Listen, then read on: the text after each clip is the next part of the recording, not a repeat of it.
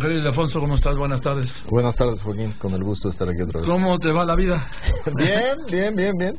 Pues a menos de 45 días ya de cerrar esta responsabilidad conferida por el presidente, y realmente pues nunca nos habíamos imaginado que el nivel de actividad iba a estar todavía tan alto, pero afortunadamente ya yendo hacia el proceso pues de lo que vendría siendo la firma formal por parte del Ejecutivo del acuerdo logrado con Estados Unidos. ¿Sí lo firmará el presidente Peña Nieto? ¿Están dados los elementos? Sí, él o su designado. O sea, puede ser... Recuérdate que el primer acuerdo fue firmado por Carla Gil y Jaime Serra, con testimonio de los presidentes. Sí. Y los presidentes pueden decir lo que ellos quieran. Sí, pero yo creo que el presidente Peña Nieto quiere firmarlo, ¿no? Supongo. Sí. Él lo ha dicho. Sin duda puede serlo. Ahora, el día que habría que firmarlo tendría que ser el 30 de noviembre. Entonces es muy importante que las agendas de los líderes estén alineadas. Puede ser, si hay una coincidencia de presencia en esa coincidencia, inclusive puede ser también en Buenos Aires, en lugares, sí, puede ser en Buenos Aires, en el G20. Ahora va a ser un tema dentro de múltiples temas, ¿no? O sea, sí, pero eso pues es una reunión aparte, ¿no? Aparte, claro. Sí, se podría dar ahí. Se podría, no lo han decidido. Creo que hay conversaciones entre las cancillerías para ubicar un poco la agenda de los líderes. Ahora, te tengo que hacer la pregunta, ni modo. ¿Cómo que los pobres no comen petróleo? ¿En qué contexto la distribuye? Mira, yo estaba en mi comparecencia, como tú sabes, ante el Senado, y como siempre, todo iba razonablemente, pues muy respetuoso, hasta que llegamos a la parte final. Y pues no sé, fue raro, ¿no? Porque quien le puso un tono muy fuerte, ¿no? Diciéndome que lo mejor es que ya me quedaran poquitos días para no seguir destruyendo a México y esas cosas, dañando la economía, fue un paisano mío, Víctor, el senador por Nuevo León. Y la verdad, pues sí, creo que ameritaba responder. Y yo vi la contestación, empecé diciendo, bueno, primero no es mi estilo usar cifras de contraste ni señalamientos, pero dado el tono de la intervención, pues tendré que tomar algunas precisiones. Y empecé diciendo que cuando uno no ha sido el gobierno, tiene el beneficio de la duda, pero cuando lo ha sido hay que ser muy cuidadosos de cómo se hacen los comentarios. Y entonces empecé a dar una serie de estadísticas de contraste entre el sexenio del presidente y el sexenio anterior. Por ejemplo, los salarios reales se recuperaron en este sexenio 17%, en el sexenio anterior 1%. En este sexenio se crearon más de casi 4 millones de empleos, en el anterior menos de 2 millones de empleos. Y luego me fui a precios de la canasta básica. El frijol en el sexenio anterior dobló su precio. En 6 años lo estamos entregando en el mismo precio en términos nominales que lo recibimos. El precio de la tortilla, el sexenio anterior aumentó más de 60%, en este sexenio 17%. El precio del pan, el sexenio anterior 52%, en este 9%. El precio del huevo, a ellos se les duplicó. Nosotros lo estamos entregando al mismo nivel que lo recibimos el 30 de noviembre del año pasado, del 2012. Entonces, lo que yo estaba argumentando, que es nuestra responsabilidad, controlar con los instrumentos que tenemos los impactos en la canasta básica. Cuando estaba haciendo eso, surgió un grito desde la tribuna, de los escaños, y me dice, ¿y la gasolina? Y bueno, pues me ganó la respuesta rápida y dije, los pobres no comen gasolina, comen pan, tortilla, huevo, frijoles. Y lo que estaba yo diciendo es que, si bien el precio de la gasolina sin duda tiene un impacto en la conformación de costos, no es el impacto más importante y no debemos de permitir que bajo la excusa de la gasolina se impacten otros bienes. Y lo que estaba diciendo es que fuimos bastante exitosos en controlar la transmisión de efectos. Mi responsabilidad, como tú sabes, el precio de la gasolina tiene elementos de determinación distintos. Era un precio controlado a través de los impuestos.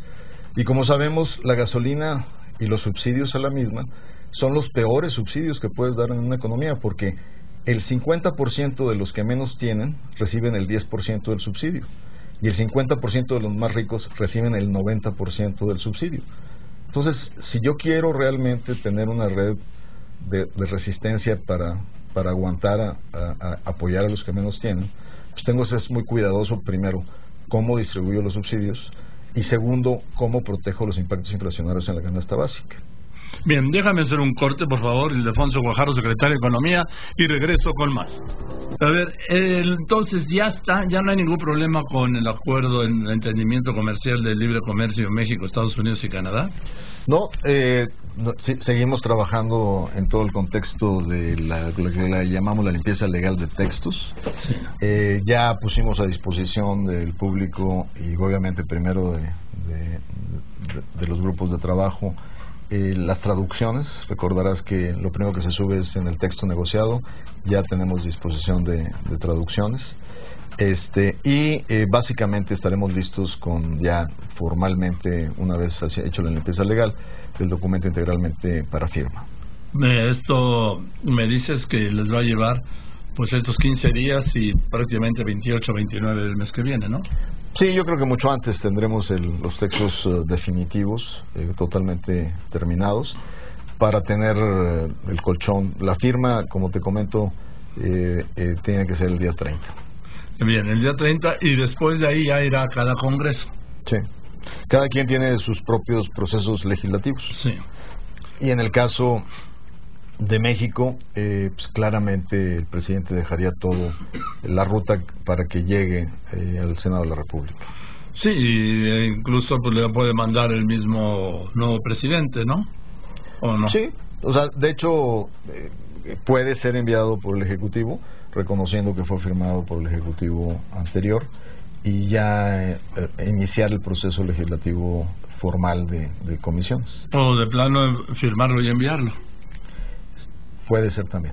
Sí. Puede ser también que en las siguientes horas después de la firma se completen los procedimientos internos para que pueda llegar al Senado de la República.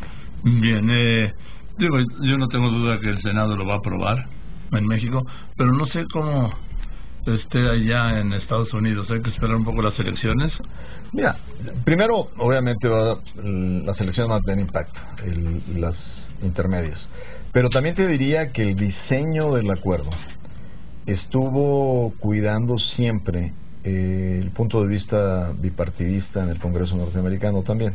O sea, hay elementos de inclusión y de derechos muy importantes con respecto a este acuerdo en relación al original, en derechos laborales, en derechos ambientales, en cosas que son importantes, en el capítulo anticorrupción, en los temas de pequeñas y medianas empresas. Entonces sí hay, en términos de calidad y de inclusión, un mejor acuerdo que también toma en cuenta las agendas, en el caso de los estadounidenses, de los demócratas. ¿Y con Canadá? Pues como tú ya te diste cuenta, hubo una declaraciones del primer ministro Harper, donde critica la negociación del gobierno de Trudeau. Sí. Pero si la ves realmente no... ¿No es electorera? Pues es evidentemente electorera, pero yo creo que no va a ser suficiente como para bloquear la aprobación del Parlamento canadiense. Dime otra cosa, hablando de Canadá, nuevo arancel que le pone al acero mexicano, pues no, que somos socios y amigos. Fíjate, Joaquín, que lo que está pasando, por eso una vez que mueven una ficha, todas las fichas, cuando Estados Unidos hace este tema de la 232 y que para aceros y aluminios importados, como son los principales consumidores del mundo, los aceros que vienen de muchos países tratan de buscar otras rutas. Por eso México se protegió con el 15% de una determinación. Por nuestro nivel de negociación con la OMS tenemos un buen margen para protegerlos. Sin embargo, nosotros excluimos a nuestros socios comerciales para no afectar las cadenas de valor. Ellos tomaron la ruta de una salvaguarda, tomaron la determinación, pero lo hicieron sin exclusión contra todo aquel que esté dentro de sus 5 principales exportadores. De los 7 productos que anunciaron salvaguarda, solo en 5 excluyeron a México y en 2 incluyeron a México. Va a haber una investigación de 200 días donde claramente México va a estar abogando y defendiéndose para que al fin del día, cuando sea definitiva la resolución, quedemos excluidos. Pero sí, efectivamente. Ahora, no fue algo contra específicamente, pero nos llevaron en la bola. Que pudieron haber tomado la decisión de una exclusión especial y privilegiada, sí pudieron haberlo tomado, pero decidieron no hacer diferencias con sus socios europeos, sus socios asiáticos y sus socios mexicanos. Bien, dime por último, Ildefonso Guajardo, si estamos al inicio, ¿tú ves una guerra mundial comercial? Porque esto lo señalaron muy claro en la Asamblea Conjunta del Banco Mundial y del Fondo Monetario. Sí, la señora Lagarde hizo declaraciones muy claras. Yo creo que estamos en un alto riesgo. Sobre todo, no vería yo esto en el caso de Japón y de Unión Europea. Yo creo que Estados Unidos va a utilizar que ya está un poco la definición de América del Norte para llegar a acuerdos con Europa. Pero en el caso de China sí veo un alto riesgo y de hecho lo estamos sintiendo por el interés de muchas empresas de ver si se pueden venir a relocalizar a México, porque hay mucha inversión, como tú sabes, de todo el mundo y americana en China, ¿no? Entonces sí hay un riesgo. Yo espero que eventualmente alguien, como dicen, parpadee primero y empiece a haber un acomodo de la situación, pero no se puede eliminar ese riesgo. ¿Cuál sería el impacto para México? Lamentablemente te diría que tengo que aceptar que esta guerra comercial con China indirectamente beneficia a México, pero lamentablemente si el mundo pierde, perdemos todos.